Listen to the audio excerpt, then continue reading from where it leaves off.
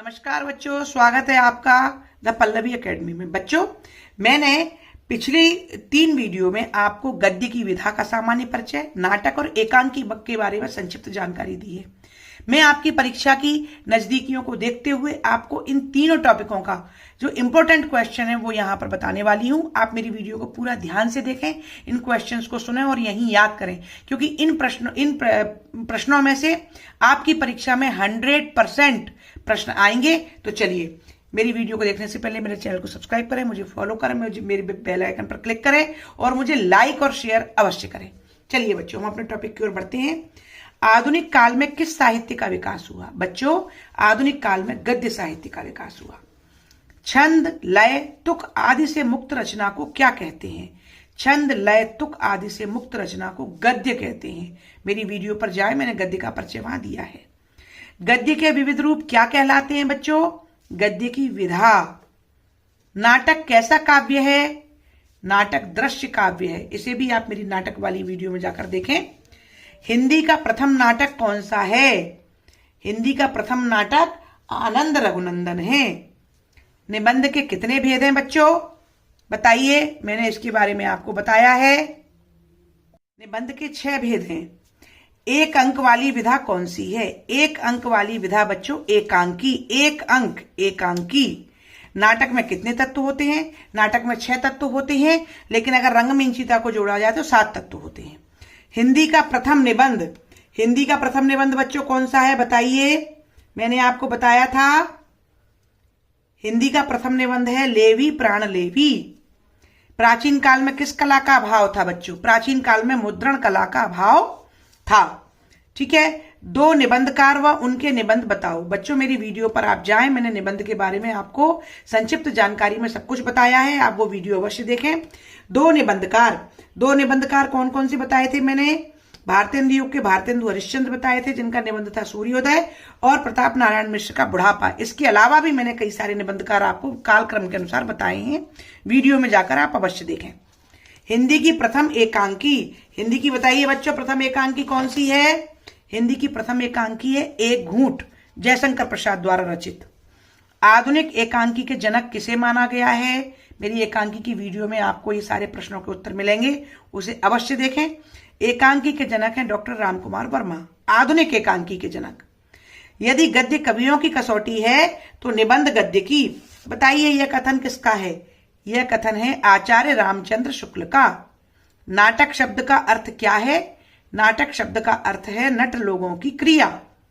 नाटक अंक वाली विधा है, ये रिक्त स्थान मैंने दिया है बच्चों। यहां पर आएगा अनेक। नाटक में अनेक अंक और एकांकी में 1 अंक, ये ध्यान रखना आप। नाटक की 2 विशेषताएं बताइए बच्चों, मैंने नाटक की आपको 2 विशेषताएं कौन सी बताई हैं? देखिए, नाटक की पहली विशेषता है नाटक अनेक अंक वाली विधा है।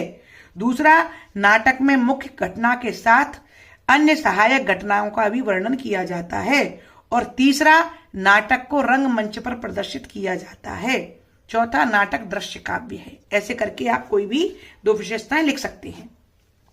एकांकी की 2 विशेषताएं, नाटक के जस्ट अपोजिट एकांकी की विशेषताएं हैं। क्या है कि एकांकी में 1 अंक वाली विधा है, एकांकी में किसी एक घटना का वर्णन होता है। बच्चों, नाटक एवं एकांकी में अंतर। अब देखिए, मैंने दोनों की विशेषताएं बताई, तो यहां अंतर भी समझ में आना चाहिए। नाटक में क्या लिखेंगे? नाटक अनेक अंक वाली विधा है। नाटक में मुख्य कथा के साथ अन्य सहायक या गौड़ कथाएं भी होती हैं।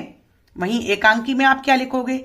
एकांकी 1 अंक वाली विधा है और एकांकी में 1 मुख्य घटना का वर्णन होता है, इसमें कोई सहायक घटना नहीं होती है। तो ये आपके 2 अंतर हो गए। एक जगह आप नाटक में किसी का नाटक लिख दें, भारतेंदु हरिश्चंद्र का, और दूसरी तरफ आप 1 एकांकी लिख दें। ठीक है, तो आपका यहां अंतर भी मैंने बता दिया। निबंध की विशेषताएं।